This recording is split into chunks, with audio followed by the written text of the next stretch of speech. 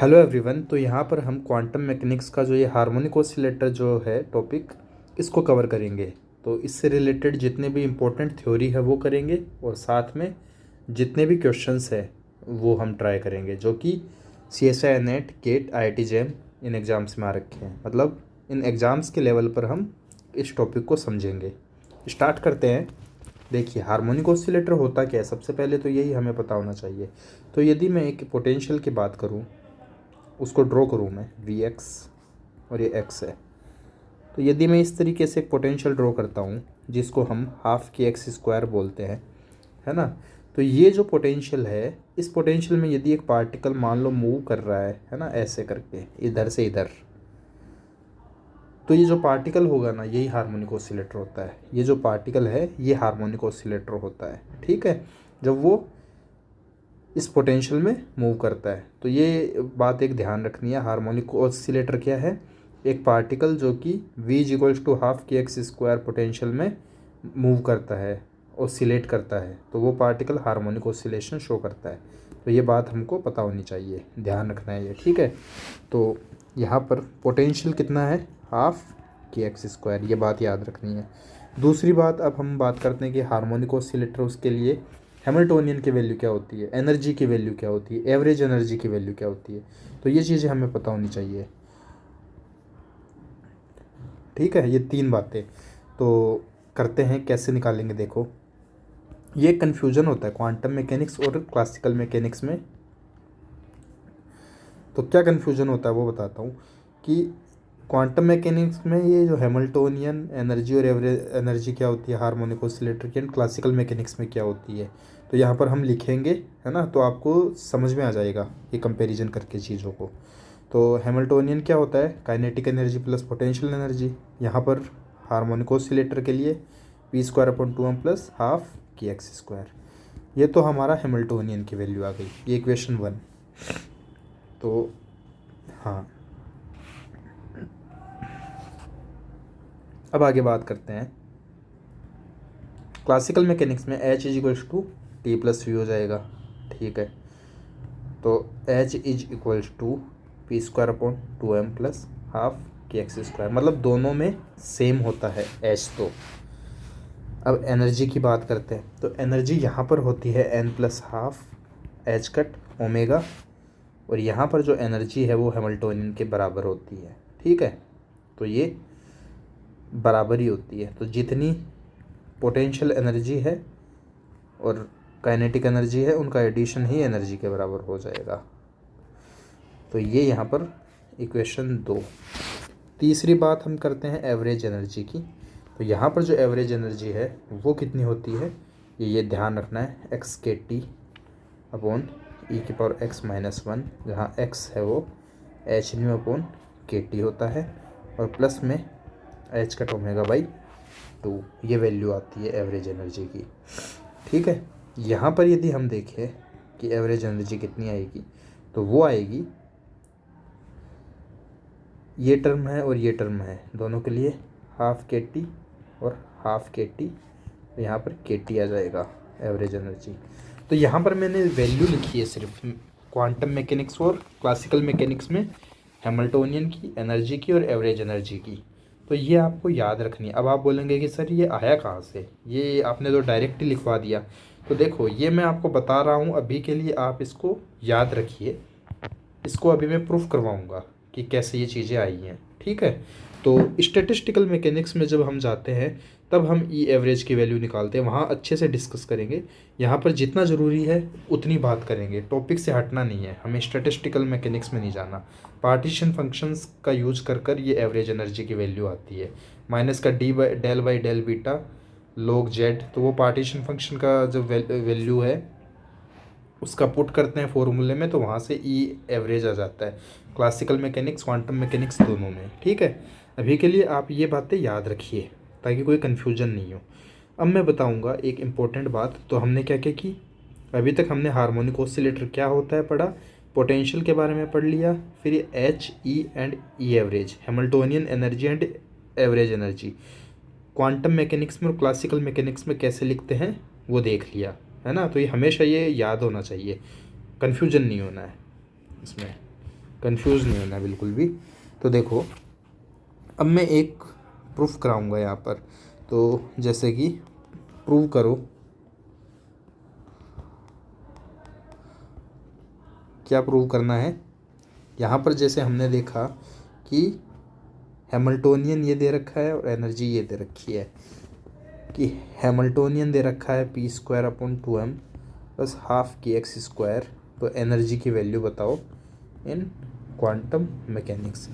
मतलब कि ये जो सेकेंड इक्वेशन आई है ना, ये हमको निकालना है। तो निकाल देते हैं, कैसे आया ये मैं बता देता हूँ। देखो क्वांटम मैकेनिक्स में क्या होता है, क्लासिकल में तो हमें पता है कि जो हैमिल्टोनियन है वो एनर्जी के इक्वल होता है, ये दोनों इक्वल होते हैं। बट क्वांटम में क्या होता है कि एनर्जी है वो इस तरीके से एक्सप्रेस हो जाती है, हैमिल्टोनियन का एक्सपेक्टेशन। तो यहाँ पर हम क्या करेंगे,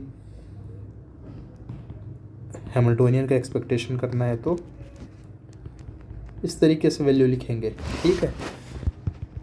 अब यहाँ पर हम क्या कर रहे हैं, हमें क्वेश्चन सॉल्व करने हैं हार्मोनिक ऑसिलेटर के।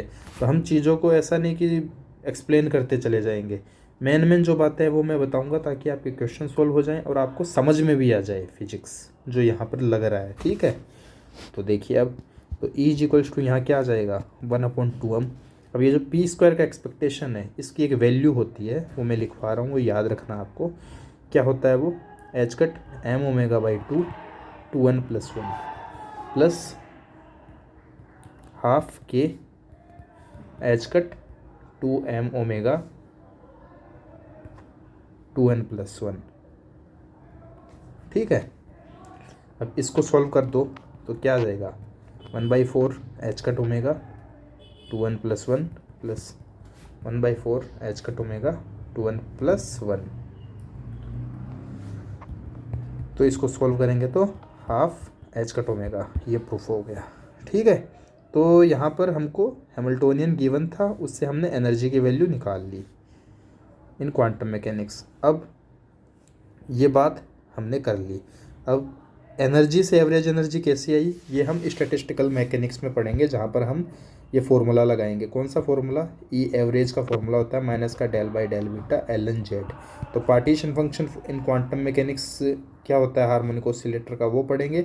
वो निकालने के बाद में एवरेज एनर्जी निकाल लेंगे, ठीक है। क्लासिकल के लिए भी करेंगे, क्वांटम के लिए भी करेंगे। यहाँ पर रिजल्ट्स लिखवा दिए ताकि आपको कंपैरिजन का पता चल जाए चीज़ों का कि क्या एवरेज एनर्जी होती है, क्या एनर्जी होती है, क्या हैमिल्टोनियन होता है, ओके, ठीक है। तो ये एक प्रूफ करवा दिया। अब जो जो इम्पोर्टेंट है वो करेंगे हम। आगे चलते हैं आगे। अब हार्मोनिक ऑसिलेटर में क्या पढ़ेंगे हम, वेव फंक्शन, जो बहुत इंपॉर्टेंट चीज़ है, Sai. Wave function harmonic oscillator का क्या होता है। तो पहले तो वेव फंक्शन क्या होता है, तो ये देखो एक ऐसा, एक तरीके से ये किसी भी सिस्टम की हम बोल सकते हैं पहचान है। जैसे आप हैं तो आपको हम कैसे पहचानते हैं, आपकी एक पर्टिकुलर स्ट्रक्चर है, आपकी एक बॉडी है, पर्टिकुलर इंसान की बॉडी है आपकी, जानवरों की अलग तरीके की बॉडी होती है ना। हर जानवर की अपनी अपनी एक तरीके की बॉडी होती है, तो उससे हम पहचान जाते हैं कि हाँ ये वाला जानवर है। तो वैसे ही इंसानों के केस में, एनिमल के केस में तो हम जान जाते हैं, बट पार्टिकल के केस में कैसे पहचानोगे, उनको कौन सा अपन देखते हैं। तो उनको रिप्रेजेंट करने का एक तरीका हो गया साइज से। तो वेव फंक्शन से हम उनको रिप्रेजेंट करते हैं। फिजिकली इसका कोई मीनिंग नहीं है, बट इसको रिप्रेजेंट कर सकते हैं। तो हार्मोनिक ऑसिलेटर का वेव फंक्शन क्या है, तो इसका फ़ायदा क्या होता है वेव फंक्शन का, इससे आप अलग अलग पैरामीटर निकाल सकते हैं। इससे आप एनर्जी, पोटेंशियल, अलग अलग चीज़ें निकाल सकते हैं। तो ये जो मैं लिखा रहा हूँ, ये साई की वैल्यू है for a particular harmonic oscillator. और यहाँ पर जो ये जाई स्क्वायर है, ये m⍵/h है, ठीक है। ये बात याद रखनी है। ये मैंने एक बात लिखाई और ये 1 डायमेंशन में है। क्यों, क्योंकि मैंने x ही लिखा है यहाँ पर, y और z का टर्म यूज में नहीं लिया है। मान लो कि यदि मैं 2D में बात करता तो क्या होता, 2D में ny ऐसे आ जाता, ठीक है। तो पहले nx वाला टर्म आता, फिर ny वाला। nx वाले टर्म में ये पूरा का पूरा आ जाता और ny वाले टर्म में ये वाला ही टर्म आता सेम, बस ये x की जगह y आ जाता, ठीक है। तो अब वो लिखवाने की ज़रूरत नहीं है। आप समझ जाएंगे। तो वेव फंक्शन जब हम डायमेंशन वाइज बात करते हैं तो वो मल्टीप्लाई होते हैं, ठीक है। ये एक इम्पोर्टेंट बात है, वेव फंक्शन मल्टीप्लाई होते हैं, पोटेंशियल एंड एनर्जी जो है वो ऐड होते हैं, ये बात भी याद रखना। तो वापस से एक बार बता देता हूँ, 1D में, 2D में और 3D में। तो जब हम वेव फंक्शन की बात करते हैं तो वो मल्टीप्लाई होते हैं, ठीक है, इस तरीके से मल्टीप्लाई हो रहे हैं। यदि मैं साई की बात करूं, यदि मैं एनर्जी की बात करूं,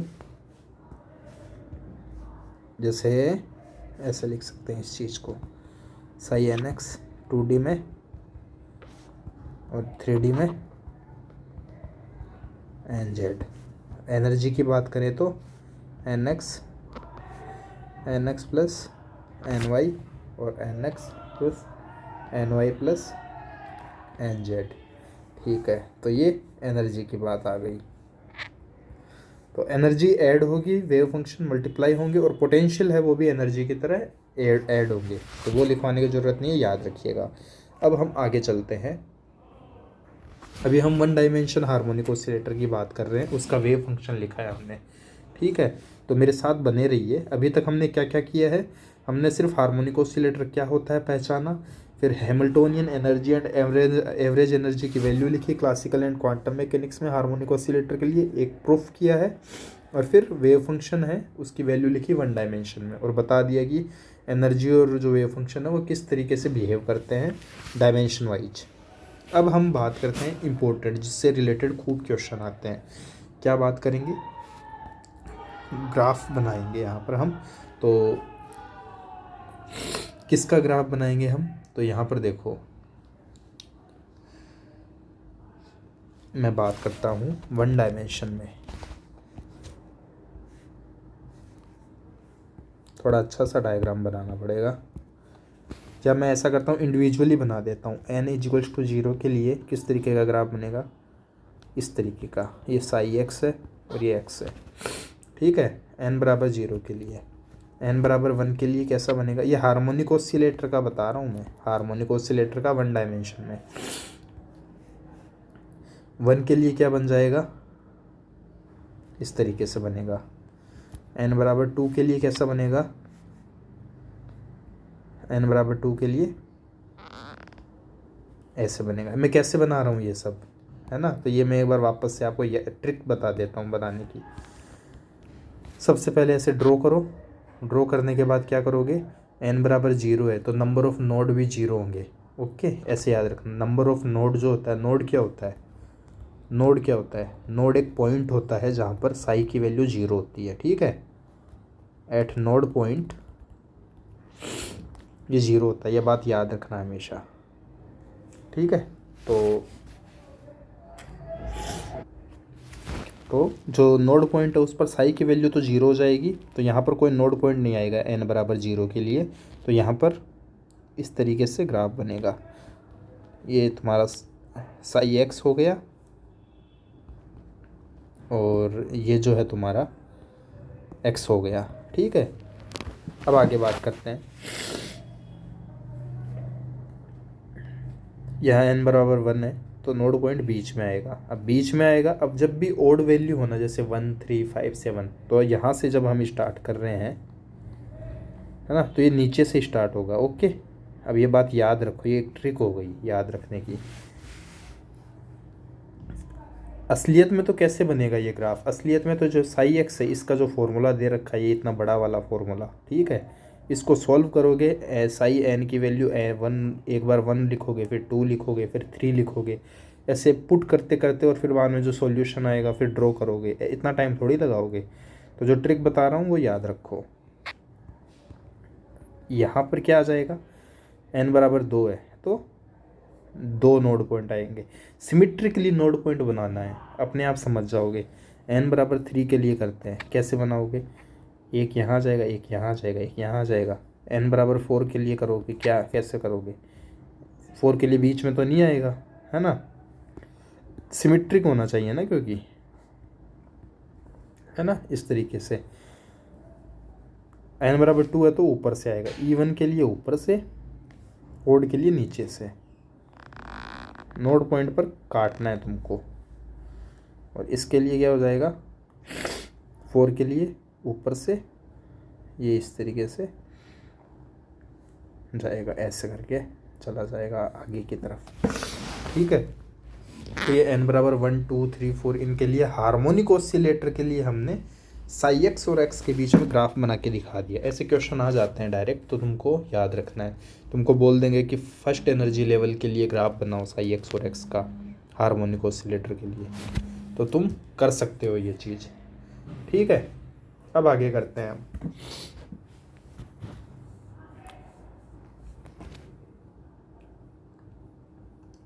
आगे देखो, n बराबर 4 तक तो ठीक है। अब मैं यदि n बराबर 10 की बात कर रहा हूँ, 10 में क्या हो जाएगा, 1 2 3 और 4 और ये 5, 1 2 3 4 5, 10 में ऊपर से स्टार्ट होगा, ये सही बात है।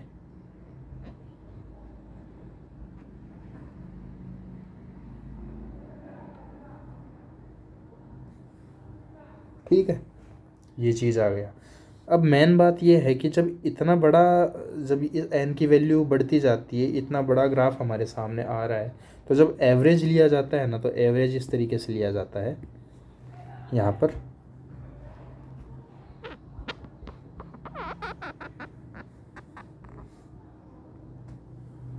ठीक है, इस तरीके से एवरेज लिया जाता है इस पूरे का। अब ये एवरेज लेने का मतलब क्या है, इसको मैं समझाता हूँ थोड़ा आपको फिजिक्स के हिसाब से, तो समझ में आएगा, फील आएगी। n बराबर 0 के ऊपर ये वेव फंक्शन आ रहा है। ठीक है, तो इसका मीनिंग क्या है, ये जो वेव फंक्शन अपन को मिल रहा है, तो इस वेव फंक्शन का मीनिंग क्या है। ये वेव फंक्शन ये बोल रहा है कि पार्टिकल के पाए जाने की प्रोबेबिलिटी ग्राउंड स्टेट में, n बराबर 0 की बात हो रही है। ठीक है, n बराबर 0 मतलब पार्टिकल है हमारा, वो ग्राउंड स्टेट में जब है, तब उसमें उस पार्टिकल के पाए जाने की जो प्रोबेबिलिटी है ना, वो मिडिल में सबसे ज़्यादा होगी, मिडिल में। ठीक है, ये क्वांटम मैकेनिक्स बोलता है। क्वांटम मैकेनिक्स क्या बोलता है, पार्टिकल के पाए जाने की प्रोबेबिलिटी मिडिल में सबसे ज़्यादा होगी। इसको इस तरीके से समझ सकते हो, मान लो मैं यदि एक पेंडुलम की बात करूँ क्लासिकल मैकेनिक्स में, तो पेंडुलम ही आता है ना। ये पेंडुलम ऐसे ऐसे मूव करता है। अब आपने बचपन में पढ़ा होगा कि पेंडुलम इधर से इधर मूव कर रहा है, ऐसे करके मूव कर रहा है। तो जो साइड होता है ना, ये जो साइड है, ये वाला पॉइंट और ये वाला पॉइंट, इन पर पोटेंशियल एनर्जी की वैल्यू हाईएस्ट होती है, और ये जो पॉइंट होता है इस पर पोटेंशियल एनर्जी कम होता है। ठीक है, ये बात है। मतलब कि एजेस जो होते हैं, जो साइड जो होते हैं, वहाँ पर ज़्यादा पोटेंशियल एनर्जी होगा। ज़्यादा पोटेंशियल एनर्जी होने का मतलब है कि ज़्यादा टाइम तक पार्टिकल इधर रहेगा और इधर रहेगा जब तुम चेक करोगे, तो ये एक नॉर्मल सी बात है। तो क्लासिकल मैकेनिक्स में एंड में पार्टिकल के पाए जाने की प्रोबेबिलिटी ज़्यादा होती है, हम ऐसा भी बोल सकते हैं। अब क्वांटम मैकेनिक्स में हम क्या देख रहे हैं, n बराबर 0 का जब लेवल है, तब पार्टिकल के पाए जाने की प्रोबेबिलिटी मिडिल में सबसे ज़्यादा है। ठीक है, जैसे जैसे n की वैल्यू बढ़ा रहे हैं, n की वैल्यू बढ़ाते जा रहे हैं, तो मैंने क्या बोला, इस तरीके का एक एवरेज बना दिया। तो ये एवरेज ये बोलना चाह रहा है कि जैसे जैसे n की वैल्यू बढ़ेगी, वैसे वैसे पार्टिकल के पाए जाने की प्रोबेबिलिटी एंड्स में ज़्यादा होगी। ठीक है, कहने की बात यह है, n जब लार्ज होगा then quantum mechanics classical mechanics की तरह बिहेव करेगी। ठीक है, या हम बोल सकते हैं कि हाइयर एनर्जी स्टेट होगी जो पार्टिकल की, उनमें पार्टिकल क्लासिकल मैकेनिकली बिहेवियर दिखाएगा अपना। समझ रहे हो इस बात को, समझ रहे होंगे मेरे हिसाब से। ठीक है, तो बस इस बात को इस तरीके से समझना है। अब ऐसे नहीं सोचना कि ये ऊपर की तरफ क्यों आ रहा है या ये नीचे की तरफ है, इसको ऐसे बना दो यदि। हाँ, ये एक समझाने के लिए, ये एक बात को ये देखा गया है कि जब हाइयर एनर्जी स्टेट होगी, तो हाइयर एनर्जी स्टेट में पार्टिकल एंड्स पर पाए जाने की प्रोबेबिलिटी ज़्यादा रखता है। जैसा कि क्लासिकल मैकेनिक्स में पेंडुलम के केस में होता है कि एंड्स पर उसकी पोटेंशियल एनर्जी ज़्यादा होती है और उसके पाए जाने की प्रोबेबिलिटी ज़्यादा होती है, एंड्स में टाइम ज़्यादा बिताता है वो उस जगह पर। ठीक है, तो ये एक बात समझ में आ गई होगी। क्या वाली बात? ये वाली बात। ठीक है, ये वाली बात बहुत इम्पोर्टेंट है, तो ये समझ में आ गई होगी। तो यहाँ पर हमने क्या किया, अभी ये ग्राफ वाले केस में सारे ग्राफ बना के देख लिए, जीरो से लेकर हाइयर लेवल तक के कैसे बनाने हैं। मैंने नोड पॉइंट का बता दिया क्या होता है, और ग्राफ बनाने के बाद n बराबर जब हाइयर वैल्यू होगी तो जो क्वांटम मैकेनिक्स है वो क्लासिकल मैकेनिक्स की तरह बिहेव करेगा, पार्टिकल है वो एंड्स पर पाए जाने की प्रोबेबिलिटी ज़्यादा देगा। तो ये बात याद रखो। अब कुछ इम्पोर्टेंट बातें हैं वो हम करेंगे। क्या इम्पोर्टेंट बातें? हमने साई 1 डायमेंशन में देखा, अब हम क्या करेंगे 1 डायमेंशन में, 2 डायमेंशन में और 3 डायमेंशन में 3 चीज़ें निकालेंगे। क्या क्या निकालेंगे? लिख देंगे उनको, मतलब निकाल के। ठीक है, ये 3 चीज़ें। तो यदि मैं 1D की बात करूं तो पोटेंशियल एनर्जी हाफ की एक्स स्क्वायर होगा। साई की वैल्यू क्या हो जाएगी हमको पता है, वही होगी। ये मैंने लिखवा रखा है, फिर भी चलो मैं लिखवा देता हूँ एक बार वापस। ये आपको भी याद रखना है, जैसे मैंने ये याद रख रखा है ये वाली बात। और एक एनर्जी जो है n plus half h cut omega होता है, ओमेगा एक्स लिख देते हैं, है ना। 2D में v इज इक्वल्स टू, अब इसको इस तरीके से करो, V x plus V y होता है, तो half k x square plus half k y square. Energy n x plus E n y, n x plus half h cut omega x plus n y plus half h cut omega y, ये multiply में है। ठीक है, जब इसको solve करोगे तो तुम्हारे सामने क्या आएगा, यही आएगा और कुछ नहीं आएगा।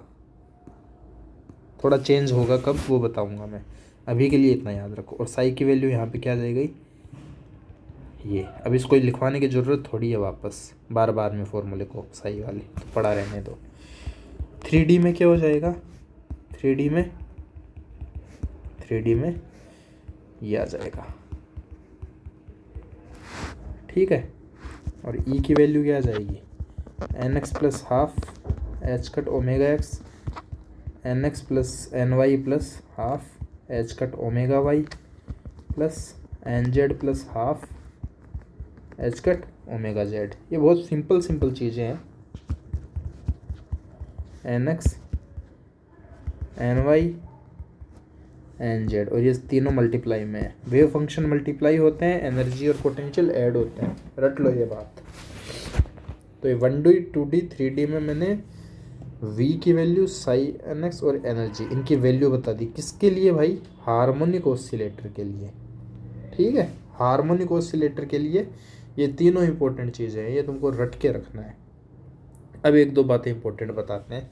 देखो ये तीनों तो बता दी, अब थोड़ा सा स्पेशल केस, जैसे कि मैं बोलूँ ओमेगा एक्स है और ओमेगा वाई है, ये बराबर हो, फिर क्या होगा, कुछ नहीं होगा। ओमेगा एक्स और ओमेगा वाई यदि बराबर होंगे, अब ये किस में अब हम 2D हार्मोनिक ऑसिलेटर की बात करें। 1D में तो क्योंकि ओमेगा अकेला ही होता है तो उसमें तो बात करने का कोई मीनिंग नहीं है, यहाँ पर ज़रूरी है। तो ओमेगा एक्स ओमेगा वाई बराबर होगा, तो इसको इस केस में हम आइसोट्रोपिक हार्मोनिक ऑसिलेटर बोलेंगे।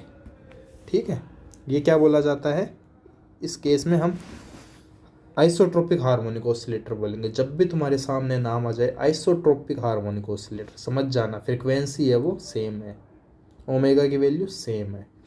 तो जो एनर्जी की वैल्यू है अब क्या हो जाएगी, एनर्जी की value n x plus half h cut omega x था, और n y plus half h cut omega y था। अब ओमेगा एक्स ओमेगा वाई तो बराबर है, तो मान लो इसको मैं ओमेगा बोल दूँ तो नहीं बोल सकता, इसको मान लो मैं ओमेगा बोल दूँ तो तो फिर बाद में n x plus n y plus 1 और ये एच कट ओमेगा हो जाएगा, है ना। ठीक है। अब एक इम्पोर्टेंट चीज़ आती है ग्राउंड स्टेट। जैसे कि ग्राउंड स्टेट नहीं बोलेंगे, यहाँ पे स्टेट लिख देंगे। फिर हम यहाँ पे लिख देंगे एन एक्स एन वाई की value, H cut omega, sorry यहाँ पर आएगा एनर्जी, और यहाँ पे डी जेनरेसी जिसको जी बोला जाता है। तो ये हम 2D हार्मोनिक ऑसिलेटर जो कि आइसोट्रोपिक है उसके केस में कर रहे हैं ये काम, है ना। ये टेबल बहुत इंपॉर्टेंट है, इससे रिलेटेड क्वेश्चन आते रहते हैं, तो ये ध्यान से बनाना है आपको, ठीक है। फिर 3D आप खुद बना के देखेंगे, है ना। करवाऊंगा तो सही में, पर आप ट्राई करिए। तो यहाँ पर देखिए स्टेट में बोल रहा हूँ कि ग्राउंड स्टेट की बात कर रहा हूँ। फिर मैं बोल रहा हूँ first excited state, second excited state, third excited state, इतना काफ़ी होगा। एन एक्स और एन वाई की वैल्यू ग्राउंड स्टेट में 0 और 0 लेंगे। ये किस तरीके से 0 ली जाती है? एनर्जी के हिसाब से। ग्राउंड स्टेट की एनर्जी कम होगी, फर्स्ट एक्साइटेड स्टेट की एनर्जी उससे ज़्यादा होगी। ऐसे एज्यूम करो, ये देखो इस तरीके से लेवल बने हुए हैं, ठीक है।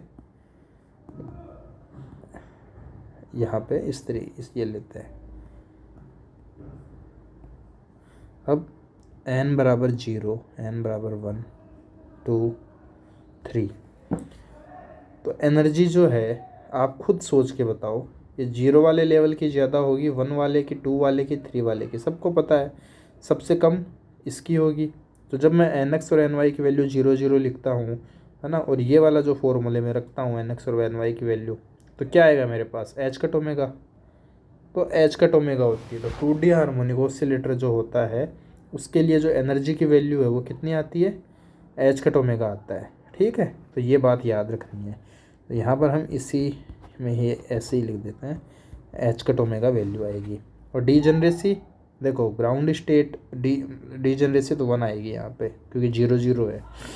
फिर फर्स्ट एक्साइटेड स्टेट में क्या होगा? अब 0, 0 के बाद तुम क्या लिख सकते हो? 0, 1 या फिर 1, 0। क्या 1, 1 लिख सकते हो? यदि तुम 1, 1 लिख दोगे यहाँ पे, तो यहाँ पे पुट करो 1, 1, 1, 1, 1, ये तो 3 एच कट ओमेगा हो जाएगा। और 0 और 1 से क्या आ रहा है? 0 और 1 से 2 एच कट ओमेगा। तो n बराबर 1 पर 2 एच कट ओमेगा वैल्यू आ रही है हमारी, है ना। और जब 1, 1 करते हैं तो, या फिर 2, 0 करते हैं, या फिर 0, 2 करते हैं तो 3 एच कट ओमेगा वैल्यू आ रही है। तो समझ रहे हो मेरी बात? मैं क्या कहना चाह रहा हूँ कि तुमको एन एक्स और एन वाई की वैल्यू किस हिसाब से लेनी है? तुमको वैल्यू लेनी है एनर्जी के हिसाब से। एनर्जी को देखो और फिर बाद में डिसाइड करो कि क्या लेना है तुमको। यहाँ 2 डी जनरेसी आ गई, यहाँ 3 डी जनरेसी आ गई। डी जनरेसी क्या होता है समझ गए होगे क्या? जैसे 3 एच कट ओमेगा है, 3 एच कट ओमेगा को 3 तरीके से आ सकती है ये, है ना। तो डी जनरेसी यहाँ पर 3 है, मतलब कि 3 स्टेट है, 3 स्टेट जिनमें एनर्जी जो कि 3 एच कट ओमेगा वैल्यू रखते हैं। इसको इस तरीके से समझा देता हूँ, मैं समझाता हूँ यहाँ पे अच्छे से बना के। जैसे कि ये n बराबर 0 लेवल है, n बराबर 1, n बराबर 2, ये लेवल है। पार्टिकल्स किस में रहते हैं बता सकते हो? पार्टिकल स्टेट में रहते हैं, ना कि लेवल में, ठीक है। अब ये जो n बराबर 0 है, n बराबर 2 है, n बराबर ये है। अब यहाँ पर 0, 0 वाली जो स्टेट है ना, इसको मैं इस तरीके से बॉक्स, ये एनर्जी लेवल है, ठीक है। ये क्या है? ये पूरा का पूरा ये बड़ा सारा जो मैं ये बनाया हूँ ये है लेवल। इसको क्या बोलते हैं? Level, energy level. Energy level में एनर्जी स्टेट्स होती है। जैसे कि यहाँ पर मैं एक ये 0, 0 वाली स्टेट है, तो पार्टिकल इसमें रहेंगे हमेशा। हार्मोनिक ऑसिलेटर वाले जो पार्टिकल है, क्या हम जब भी बात करते हैं हम बोलते हैं कि एक हार्मोनिक ऑसिलेटर उसमें 8 इलेक्ट्रॉन है। मान लो मैं ऐसे बोल रहा हूँ, मतलब 8 इलेक्ट्रॉन मूव कर रहे हैं, तो उनको भरो तुम एनर्जी लेवल में। कैसे भरोगे? तो 0, 0 वाले सबसे पहले भरोगे, उसके बाद में n बराबर 1 में जाओगे, तो वहाँ पर एक ये स्टेट दिख गई तुमको, एक ये 0, 1 वाली स्टेट दिख गई। मतलब n=1 में 2 स्टेट है जिसमें तुम 2 इस तरीके से इलेक्ट्रॉन भर सकते हो, है ना। अब पॉली एक्सक्लूजन प्रिंसिपल तो यही बोलता है एक स्टेट में 2 इलेक्ट्रॉन आ सकते हैं अपोजिट साइन वाले, इसलिए हम 2 इलेक्ट्रॉन लगा रहे हैं यहाँ पे। फिर n=2 में कितने भर सकते हो,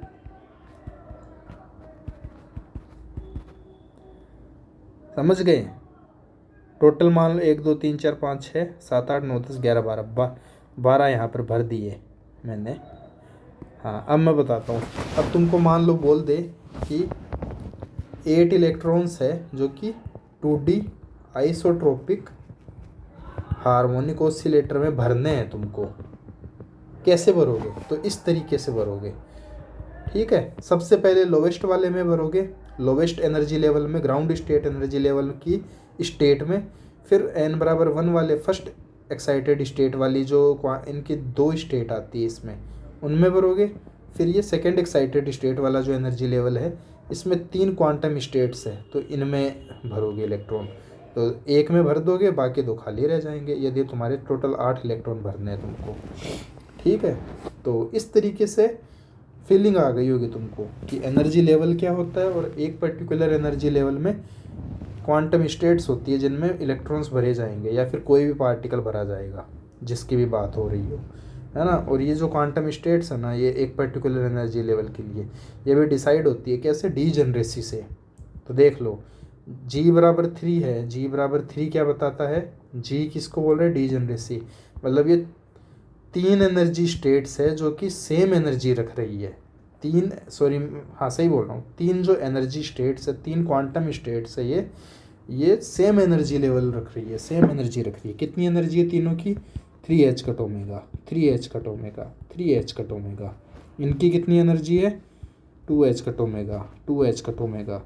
इनकी कितनी है, h⁻। शायद समझ गए होंगे, ये कन्फ्यूजन होता है बच्चों को बहुत, तो ये मैंने आपको अच्छे से समझा दिया, ठीक है। तो इतनी बात हो गई, ये हमने 2D की बात की है। अब 3D में तो तुम आराम से खुद से भी कर सकते हो, सेम चीज़ें 3D के लिए अपन यहाँ करते हैं। आप साथ साथ में खुद से ट्राई करते रहो, ठीक है। ये आइसोट्रोपिक की बात चल रही है।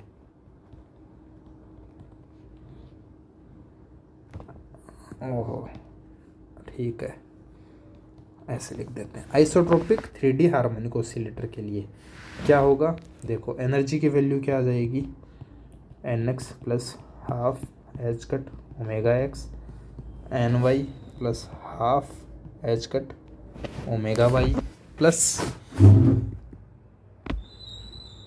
यहाँ पे ओहो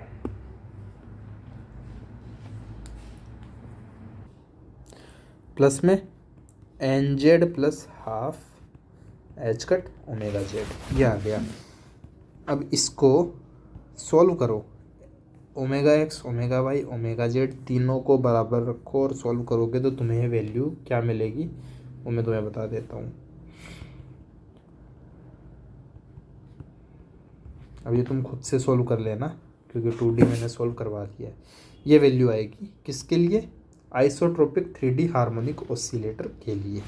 यहाँ पर सेम वही तुमको करना है, टेबल बनानी है, स्टेट लिखना है ना, कौन सी स्टेट की बात कर रहे हो। फिर यहाँ पे nx, ny, nz की वैल्यू लिखनी है, एनर्जी की वैल्यू लिखनी है, और चौथा डीजनरेसी की वैल्यू लिखनी है। तो ग्राउंड स्टेट के लिए क्या आ जाएगा, 0 0 0 3/2 h⁻⁻, और ये डीजनरेसी कुछ नहीं आएगी। मतलब कि देखो 1 कभी डीजनरेसी नहीं होता, डीजनरेसी का मतलब होता है एक एनर्जी लेवल है वो कितने क्वांटम स्टेट्स रखता है, मतलब कितने उसमें ऐसे स्टेट्स है जो कि सेम एनर्जी रखते हैं। अब अकेला ही यदि है तो उसमें कोई तुम लिखने का मतलब नहीं है, तो डीजनरेसी 1 कभी भी होता नहीं है, तो यहाँ भी हम हटा देते हैं, ठीक है। तो ऐसे डैश कर दो, मतलब नहीं है यहाँ पे, डीजनरेसी है ही नहीं फर्स्ट एक्साइटेड स्टेट में। अब ये तुम करते रहना खुद से कि ये कैसे आया, ये कैसे आया। मैंने 2D में जैसे समझाया वैसे ही यहाँ पे करके देख लेना। ये हम क्यों लिख रहे हैं, क्योंकि एनर्जी के हिसाब से लिख रहे हैं।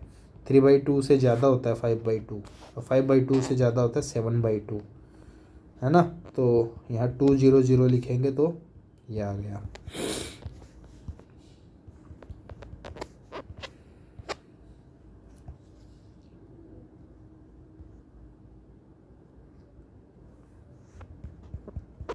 ये सेकेंड एक्साइटेड स्टेट यहाँ पे 3 हो जाएगा, और यहाँ पे देखो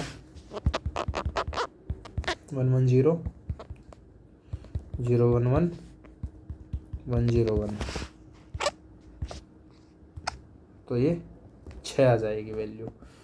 तो ये मैंने तुम्हें करके दिखा दिया पूरा का पूरा।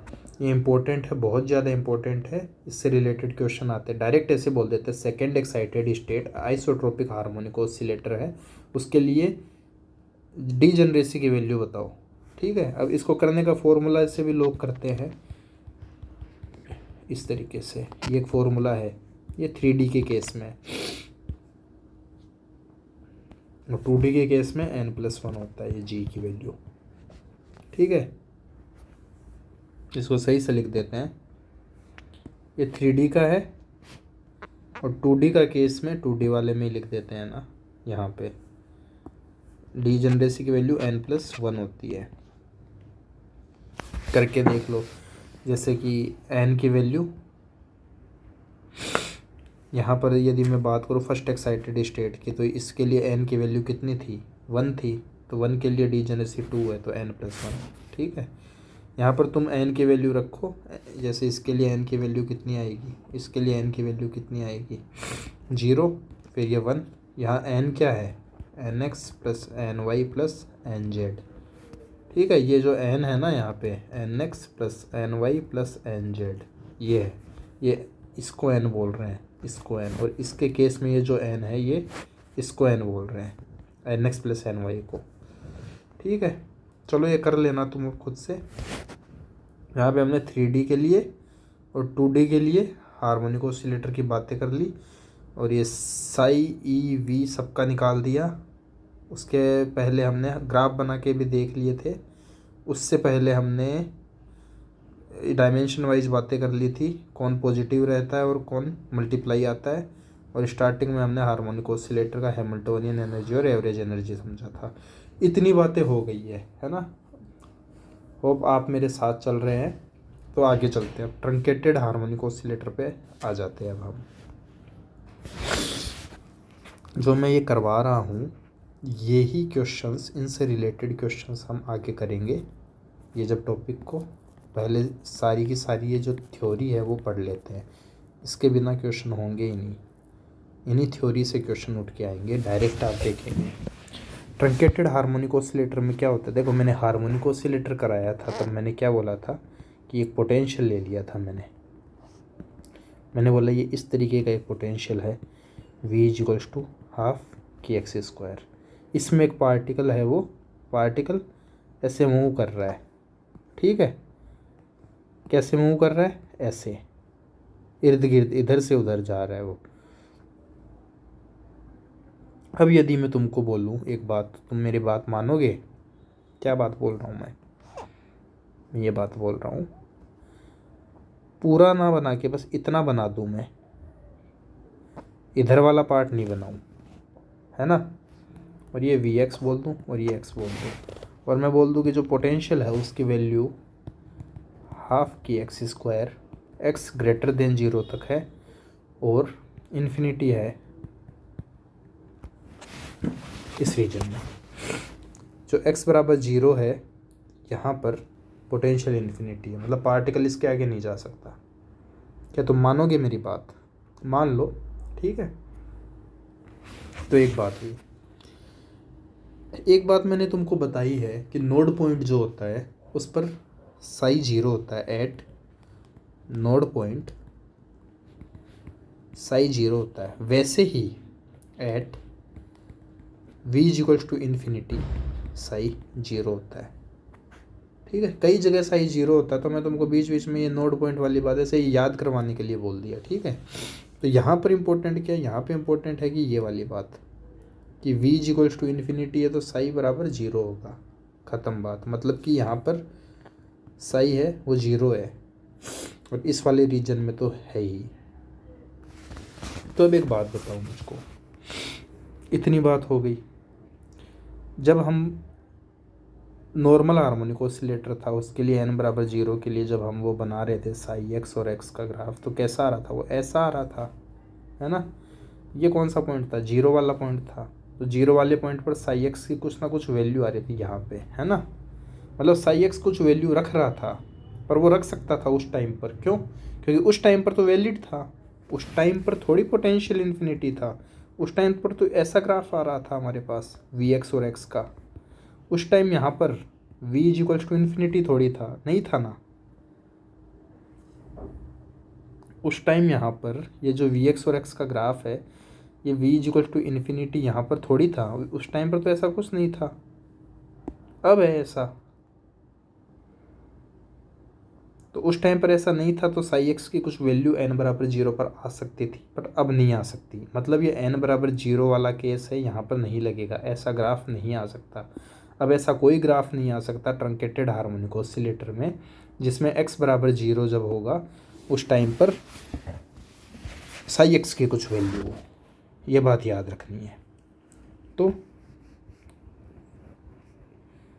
एनर्जी की वैल्यू क्या होगी फिर इस केस में? सेम होगी, कुछ गलत नहीं है, ये बिल्कुल सही है। पर n की वैल्यू जो है वो 0 नहीं हो पाएगी, 1 3 5 7 इस तरीके से। क्यों होगी?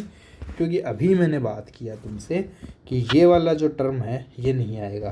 तो जितने भी पहले हमने ग्राफ बनाए थे, ये देखो ये जो बनाए थे, है ना, तो इसमें आ रहा है n बराबर 0 में, फिर n बराबर 2 में देखो तुम नेगेटिव में आ रहा है, आ तो रहा है ना साई एक्स की कुछ वैल्यू, फिर n बराबर 4 में आ रहा है। इवन वाले जितने भी है ना उन सब के अंदर साई एक्स की कुछ वैल्यू आ रही है x बराबर 0 पे, तो वो वैलिड नहीं होंगे, ये वैलिड होंगे। n बराबर 1 वाला, 3 वाला, ये सब वैलिड होंगे। अब n बराबर 3 वाला भी क्या पूरा वैलिड होगा? नहीं होगा। n बराबर 3 की वैल्यू क्या थी? n बराबर 1 वाला क्या था? ये था। ये किसके लिए था? ये हार्मोनिक ऑसिलेटर नॉर्मल था उसके लिए था, है ना। बट यहाँ पर तो ट्रंकेटेड हार्मोनिक ऑसिलेटर है, सिर्फ हाफ है, तो हाफ वाला टर्म हट जाएगा। ठीक है, तो ये तुम्हारा हो गया ट्रंकेटेड हार्मोनिक ऑसिलेटर के लिए n बराबर 1। फिर n बराबर 3 क्या होगा? तुम्हें कुछ नहीं करना, ट्रिक वही है। तुम n बराबर 3 नॉर्मल हार्मोनिक ऑसिलेटर के लिए बनाओ और फिर तुम क्या करो, ये वाला जो टर्म है इसको हटा दो, बस ये हो गया।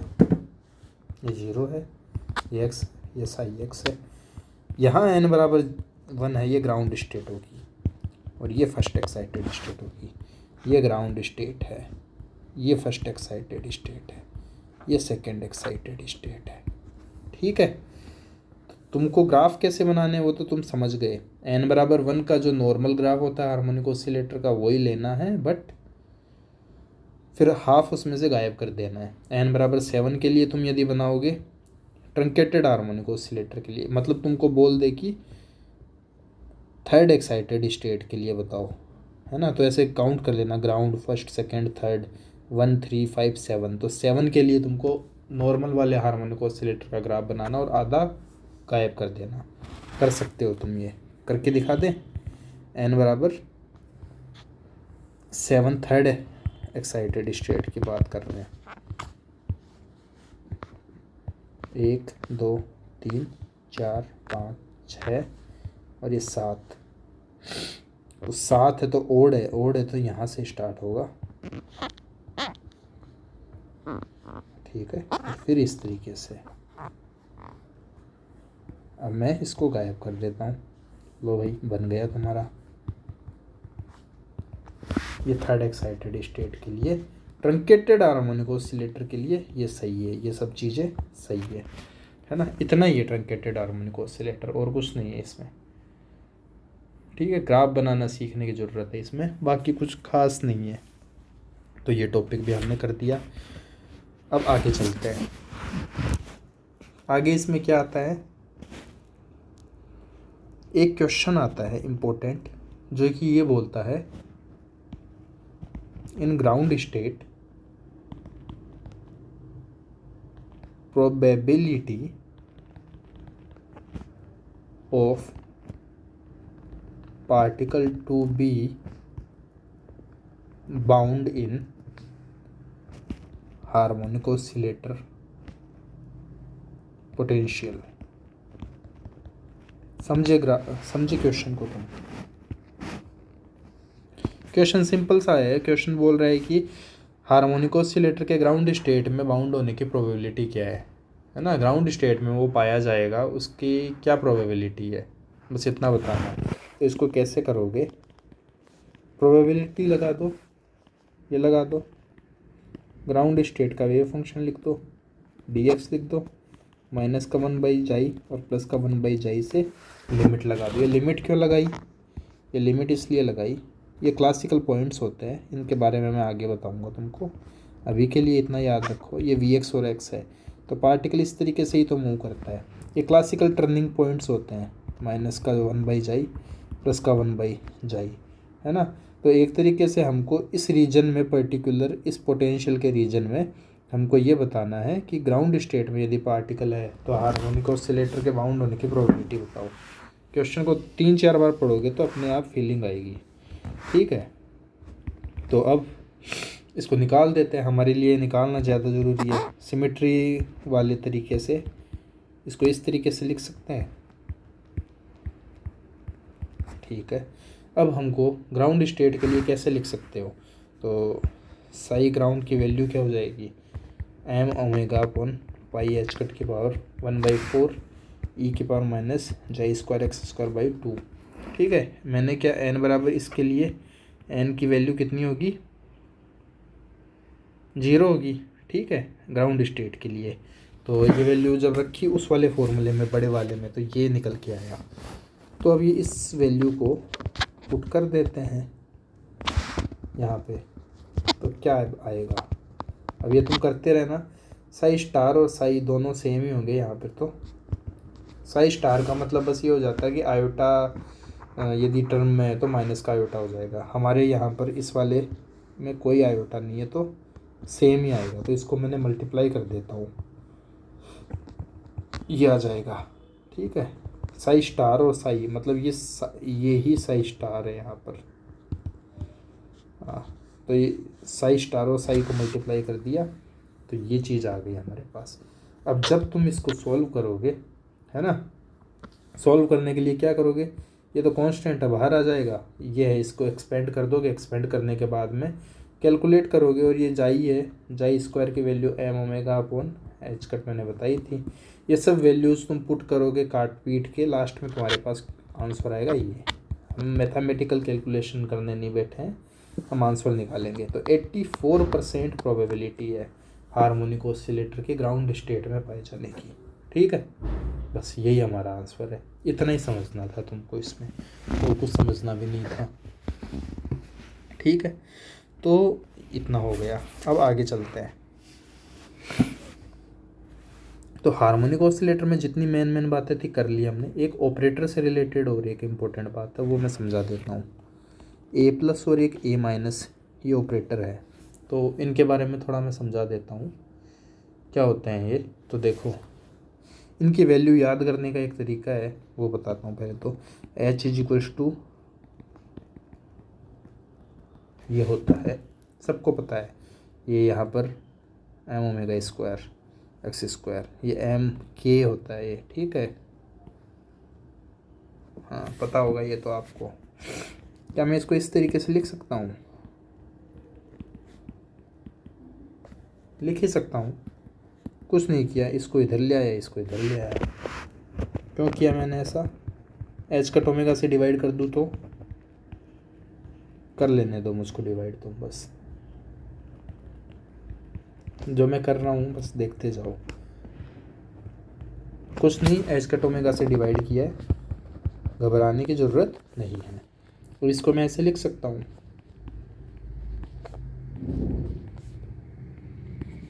सर आपकी इच्छा है, आप कैसे भी लिखें, हमें तो बस देखना है और समझना है।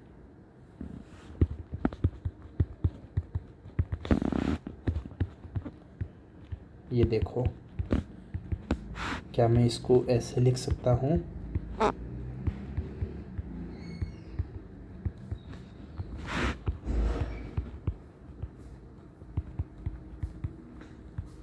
लिख सकते हैं, यस। ठीक है, क्या किया मैंने? ए स्क्वायर प्लस बी स्क्वायर, उसको ए प्लस आयोटा बी प्लस और ए माइनस आयोटा बी किया। कोई बहुत बड़ा काम मैंने नहीं किया है, छोटा मोटा काम कर दिया। ये तो तुम करते रहते हो, नहीं क्या? ये वाला फॉर्मूला लगाया है। अब मैं ऐसा ये सब क्यों कर रहा हूँ? ये इसलिए कर रहा था मैं, ठीक है। तो ये जो ए माइनस है, ये जो है ये ए माइनस होता है, और ये है ये ए प्लस है। ये ऑपरेटर होते हैं ये दोनों, ठीक है। बस इतना याद रखने के लिए, ये ए माइनस और ए प्लस मैंने ये स्टार्टिंग में हेडिंग डलवाई ना कि ये ऑपरेटर, तो इनकी कुछ वैल्यूज़ होती है। तो अब कभी तुमसे पूछेगा नहीं, बट फिर भी कभी क्वेश्चन आ जाए ऐसा कि ए माइनस और ए प्लस की वैल्यू बताओ, तो तुमको पता होना चाहिए ये तरीका।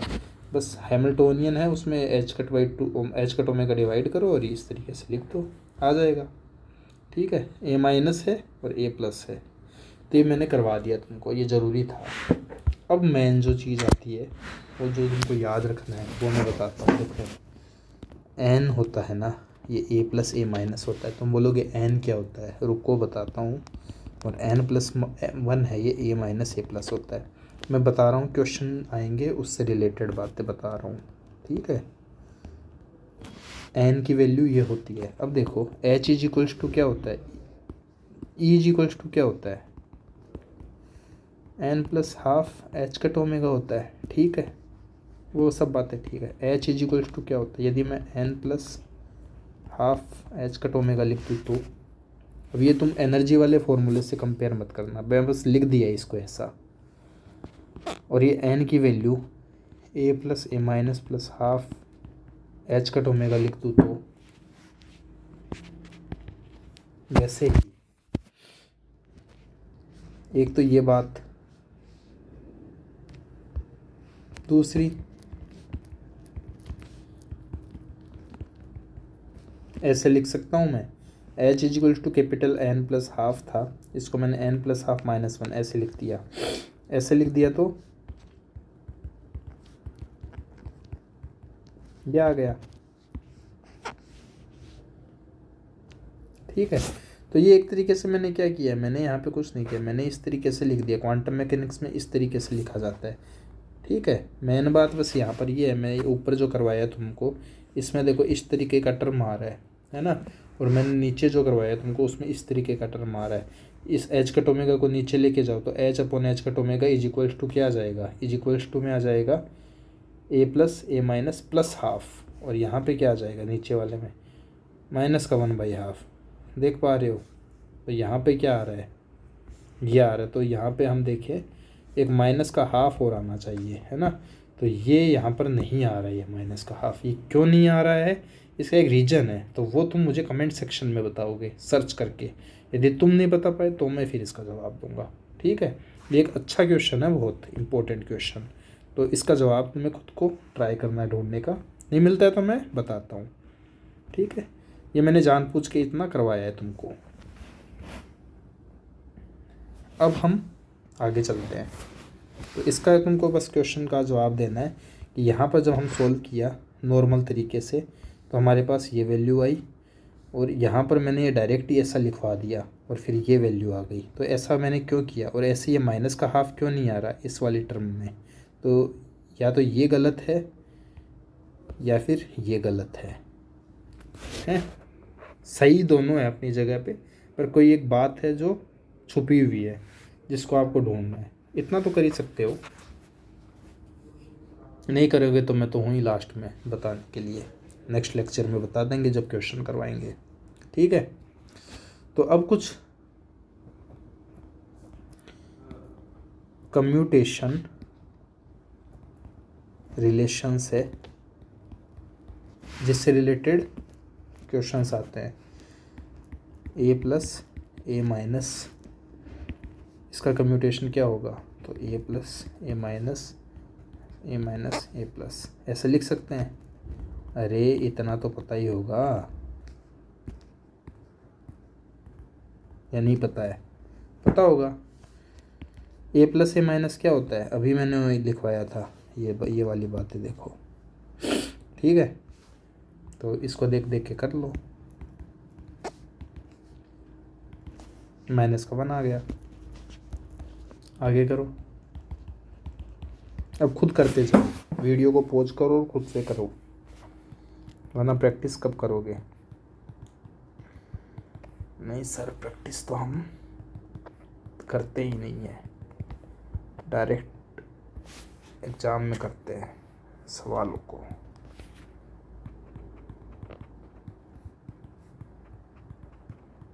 ये इस तरीके से, ठीक है? अब क्या करोगे? पता नहीं सर ये कैसे किया आपने। तो मैंने क्या किया, ये जो टर्म है इसको बाहर ले लिया ये ब्रैकेट में, ठीक है?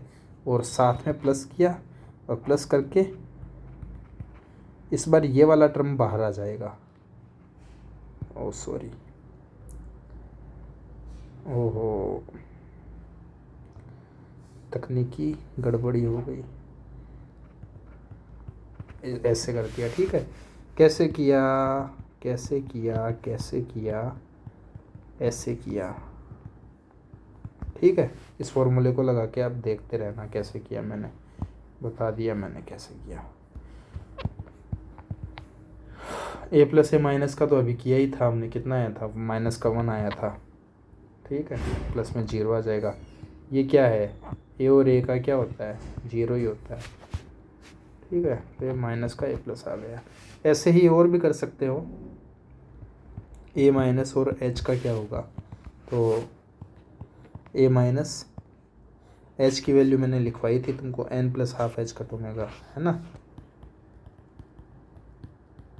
ऐसा नहीं एच की वैल्यू तुम डायरेक्ट ही ये लिख दो, ये वाली लिख के आ जाओ, ए माइनस ए प्लस एच कट ओमेगा, ठीक है? ये जो मैंने ये बाद में लिखवाई है वो सही है, ठीक है? कौन सी? ये वाली, ये जो मैंने लिखवाई है, वरना मैं लिखवाता ही क्यों? ये वाली वैल्यूज, हाँ।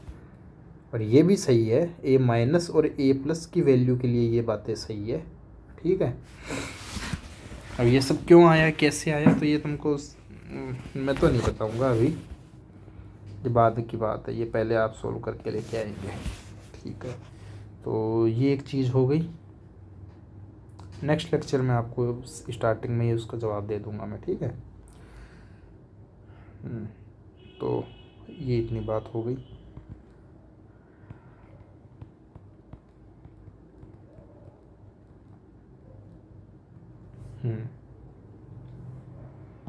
अब इसको वही सॉल्व करना है, पूरा सॉल्व करोगे तो ये आ जाएगा, ठीक है? करते रहना आप तुम खुद से। इसके बाद एक दो बातें और हैं, जैसे तुम्हारा ए प्लस है, इसको तुम एक कैट वेक्टर पर, कैट है इसकी, कैट एन है, इसके ऊपर ऑपरेट करोगे तो क्या आएगा? n+1, n+1। क्या है n? तो ये ऐसे है, ऐसे है, ये इसकी बात कर रहा हूँ मैं, है ना? थोड़ा समझ गए? समझ जाना, जब भी मैं ऐसे लिखता हूँ तो मैं इस चीज़ की बात कर रहा हूँ, ठीक है? अब a माइनस एन है तो ये आएगा, ठीक है? ये भी इम्पोर्टेंट फॉर्मूले करवा रहे हैं। अब आगे चलते हैं।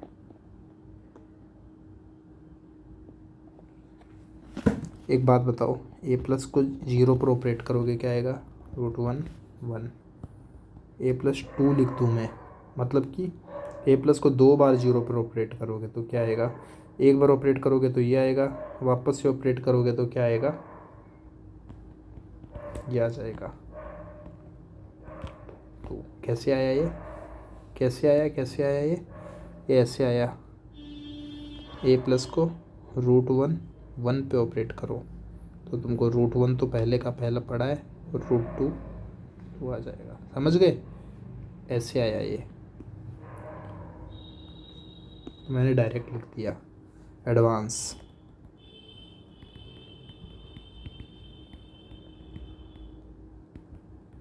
ठीक है जी, ये आ गया। तो n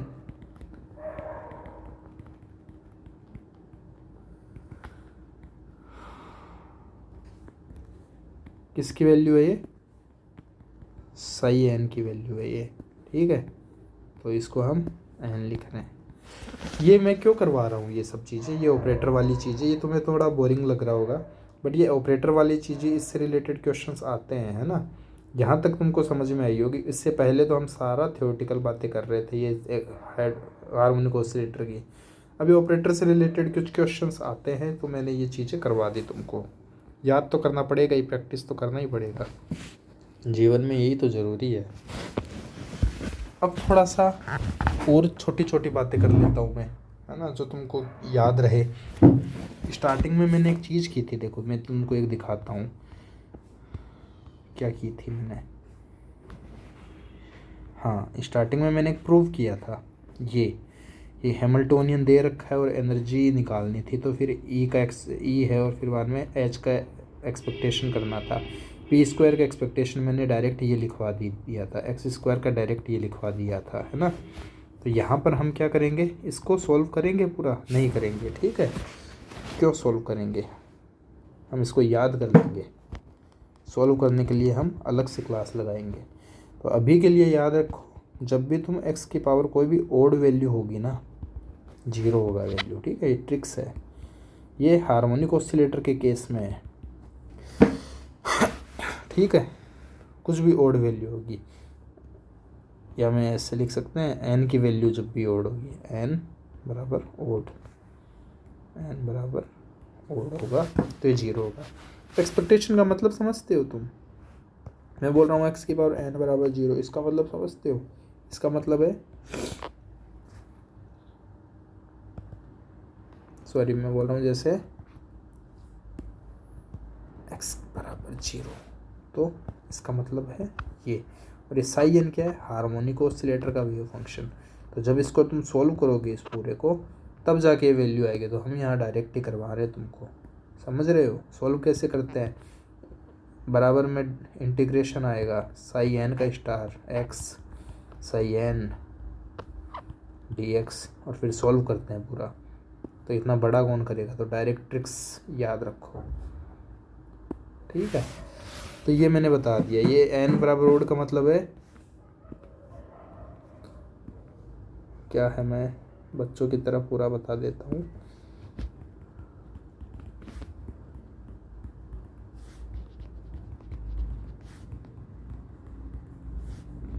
ये एक्स है, हाँ ठीक है। अच्छा ये मैंने कहाँ करा दिया तुमको, अच्छा यहाँ करा दिया क्या, कोई नहीं, वैसे ही अब नीचे जाके करवा देते हैं। तो x जो है ओड हुआ यदि यहाँ पे ऊपर पावर में, तो वो 0 होगा। या हार्मोनिक ऑसिलेटर जब वेव फंक्शन है तब की बात हो रही है ना। ऐसा नहीं वन डायमेंशन बॉक्स दे रखा और तुमको x की वैल्यू पूछ ले कि एक्स क्यूब की वैल्यू बताओ और तुम 0 करके आ जाओ, ऐसे नहीं करना है, ठीक है। यहाँ पर इसका मतलब है ये हार्मोनिक ऑसिलेटर का जब केस हो, जब हम psi n x psi n और ये ओड, तब ये 0 है, ठीक है। जब ये हार्मोनिक ऑसिलेटर वाला फंक्शन हो तब, समझ गए। फिर जैसे कि एक्स स्क्वायर की वैल्यू क्या हो जाएगी, एच कट अपॉन 2m होएगा। ये मैंने पहले कराया था, देखो ये डायरेक्ट याद रखने का फ़ायदा, ये याद रख लो, मैं बता रहा हूँ, मैं भी तो याद कर रखा हूँ, नहीं कर रखा क्या। ये याद रख लोगे तो तुमको डायरेक्ट ही क्वेश्चन हो जाएंगे तुम्हारे,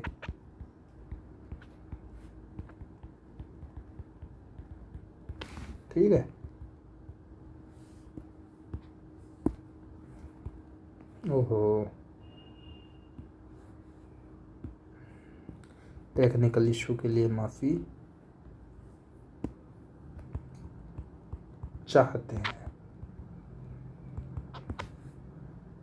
यहाँ 6n square plus 6n plus 3, इतना याद रखो। तो ये और ये इम्पोर्टेंट बातें। इसके अलावा यदि तुमको बोल दे x की वैल्यू, बोल दे x ऑपरेटर की वैल्यू, है ना, अकेला, तो ये होती है a प्लस और a माइनस के टर्म्स में। और p ऑपरेटर की value iota h cut m omega by 2 a plus minus. ठीक है, यहाँ पर हम क्वेश्चन करने के लिए जल्दी जल्दी चीज़ों को समझ रहे हैं, तो ये तुमको वैसे भी याद रखना पड़ेगा। इनको पूरा डिराइव करा सकता हूँ मैं, पर लास्ट के अंदर मैं यही बोलूँगा डिराइव करा के क्या, तो बच्चों याद कर लेना ये सब बातें, तो तुम अभी याद कर लो एज ए शॉर्ट नोट्स, तुम्हारे लिए ज़रूरी है। इनको छाप लो, है ना, मैंने जो बातें बोली है। अब हम क्या करते हैं, फिर भी तुमको नहीं निकलवाएंगे, निकलवा के कोई मीनिंग नहीं है। ये एक चीज़ बता देता हूँ मैं, हाँ, फॉर हार्मोनिक ऑसिलेटर फाइंड, इसकी वैल्यू फाइंड करनी है।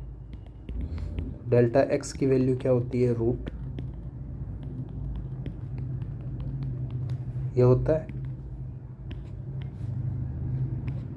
इसकी वैल्यू आप डायरेक्ट पुट करोगे या निकालोगे बैठ के हार्मोनिक ऑसिलेटर के लिए। कितनी जल्दी हो गया देखो, यदि वरना तुम बैठे रहते इसी चीज़ में कि हाँ करें, तो याद करने का भी फ़ायदा होता है लाइफ में। अब डेल्टा पी की value,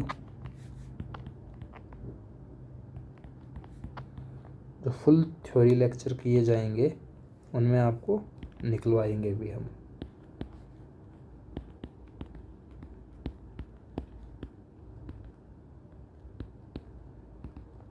zero cut m omega by 2 1 plus 1, दोनों को मल्टीप्लाई करो, डेल्टा एक्स और डेल्टा पी को मल्टीप्लाई करो। किसको किसको, इसको और इसको मल्टीप्लाई करोगे क्या आएगा, एच कट बाई 2 2 1 प्लस 1। इसको सॉल्व करो, क्या निकल जाएगा, n plus half h cut. And for n बराबर 0, uncertainty delta x delta p बराबर एच कट बाई 2 हो जाएगा। ये दोनों याद रखने हैं तुमको, डायरेक्ट क्वेश्चन पूछ सकते हैं। ठीक है,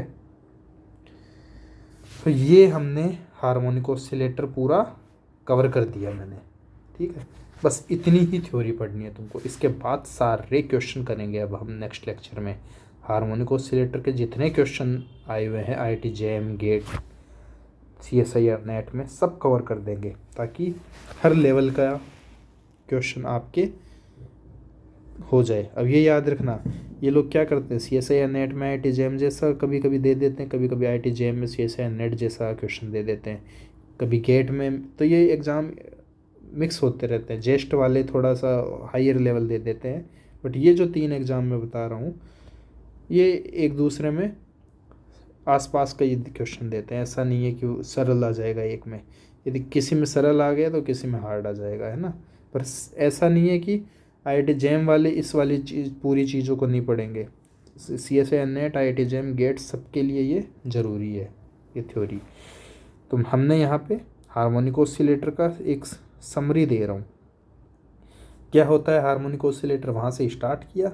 V = ½ kx², Hamiltonian energy, average energy quantum mechanics में और क्लासिकल मैकेनिक्स में हार्मोनिक ऑसिलेटर के लिए निकाला। प्रूव भी किया हमने भाई कि H की वैल्यू दे रखी है तो E की वैल्यू क्या होगी, ये हमने दिखाया। जो p² का एक्सपेक्टेशन और x² का एक्सपेक्टेशन है वो हमने कैसे डायरेक्ट लिखा और n + ½ h कट ओमेगा निकाल दिया। फिर हमने वेव फंक्शन की वैल्यू लिखी, बड़ी सारी आई पर याद तो करनी पड़ेगी, कर लेंगे। फिर हमने बताया कि जो वेव फंक्शन है वो 2D में और 3D में कैसे लिखा जाता है, मल्टीप्लाई होके, और एनर्जी है वो ऐड हो जाती है, पोटेंशियल भी ऐड हो जाता है। थोड़ी हमने ग्राफ की बातें की, नोड पॉइंट बताया हमने कि जहाँ पर साई है वो 0 हो जाता है, वो नोड पॉइंट होता है। साई की भी बातें थोड़ी की थी कि क्या होता है, फिजिकल मीनिंग कुछ नहीं होता उसका। तरीका बताया n बराबर 1 3 5, ये ओड पॉइंट्स पर नीचे से स्टार्ट होगा ये, है ना। तो ये ट्रिक्स याद रखना। हाइयर n की वैल्यू पर classical mechanics behaviour, particle ends में पाए जाने की प्रोबेबिलिटी ज़्यादा होती है। फिर हमने क्या बात किया, हमने पोटेंशियल, वेव फंक्शन, एनर्जी ये सब निकाले, 1D 2D 3D में निकाले, नहीं निकाले, तुम बताओ, निकाले। फिर आइसोट्रोपिक हार्मोनिक ऑसिलेटर की बात की, जिसमें हमने फ्रीक्वेंसी सेम रख दी, ω/x ω/y 2D में किया, फिर 3D में किया। एनर्जी लेवल की बात की, एनर्जी स्टेट्स की बात की, एनर्जी लेवल में एनर्जी स्टेट्स होती है, वो पूरा हमने बताया तुमको। ये देखो पूरा समझाया, एक एक बात समझाई है। डीजनरेसी की भी बात की, क्या होती है डीजनरेसी। फिर 3D हार्मोनिक ऑसिलेटर में सेम चीज़ें की, ये सब याद रखना डीजनरेसी वगैरह। ट्रंकेटेड हार्मोनिक ऑसिलेटर क्या होता है पूरा किया, और उसका फॉर्मूला वगैरह लिखा, ग्राफ बनाए हमने पूरे। फिर बाद में प्रोबेबिलिटी ग्राउंड स्टेट में पार्टिकल के बाउंड होने की, तो वो भी हमने देख दिया इस फॉर्मूले से, और 84% आया हमारा रिजल्ट। फिर हमने दो ऑपरेटर की बात की, A+ और A- इनकी बात की, है ना। तो ये रिजल्ट निकल के आए। देखो मेन बात है, मैंने जो शुरू में बोला था, तो ये A+ और A- है ना, ये ऑपरेटर की बात मैं कर रहा था। तो जब तक हमने ये यहाँ पे लिखा था तो ये ऑपरेटर नहीं थे, देखो, है ना। तो ये क्लासिकली यहाँ पर रिजल्ट आया था हमारा, और ये A- की वैल्यू जो आई थी वो ये आई थी, और A+ की वैल्यू हमारे पास ये निकल के आई थी, है ना। तो ये क्वांटम मैकेनिकली रिजल्ट नहीं आया था, ये क्लासिकल मैकेनिकली आया था। तो क्वांटम मैकेनिक्स के लिए यहाँ पर माइनस का हाफ लगाना ज़रूरी है, तब जाके ये रिजल्ट क्वांटम मैकेनिक्स में आएंगे और ये ऑपरेटर बन जाएंगे दोनों, है ना। अभी के जब ये वाली बात आ रही है, जब ये, तब ये क्लासिकल मैकेनिकल रिजल्ट है, और जब माइनस हाफ कर दोगे तो ये क्वांटम मैकेनिकल रिजल्ट हो जाएंगे, और कैप लग जाएगा दोनों पर। ओके, अब कैसे होता है, क्या होता है, फुल डिटेल्ड तो मैं तुमको किसी अच्छे लेक्चर में बताऊंगा, जिसके अंदर पूरा एक्सप्लेनेशन होगा, है ना। यहाँ पर जो है हम पॉइंट टू पॉइंट बात कर रहे हैं। फिर ये एवरेज वगैरह थोड़ा बताया। एन की वैल्यू A+ A- n+1 का A- A+ होता है। फिर कम्यूटेशन रिलेशन कर दिए, और ये देख लो, ये सब कुछ तुमको याद करना है, सब कुछ। और फिर PDF चाहिए तो ये PDF तुमको प्रोवाइड हो जाएगी, है ना। तुमको सिर्फ मेल करना होगा मुझको, ये कमेंट लिखना होगा, मैं मेल कर दूंगा। या फिर हम एक व्हाट्सएप ग्रुप भी बना सकते हैं, मैं सोच रहा हूँ। अब ये देखो ΔX.ΔPx4 हाइड्रोजन, ये हार्मोनिक ऑसिलेटर है, वो हमने निकाला, ये बहुत इंपॉर्टेंट था। तो हार्मोनिक ऑसिलेटर के लिए ये जो वैल्यू है n+12 H कट आया, है ना। एनर्जी की वैल्यू क्या होती है, n+12 H कट ओमेगा, और ये क्या आया, n+12 H कट। तो n+, और ग्राउंड स्टेट के लिए अनसर्टेनिटी कितनी आई, H cut omega by H cut by 2, सिर्फ H कट बाई 2 याद रखना। तो ये हमारा हुआ लेक्चर कंप्लीट। अब नेक्स्ट लेक्चर में क्वेश्चन होंगे सिर्फ। चलो, थैंक यू।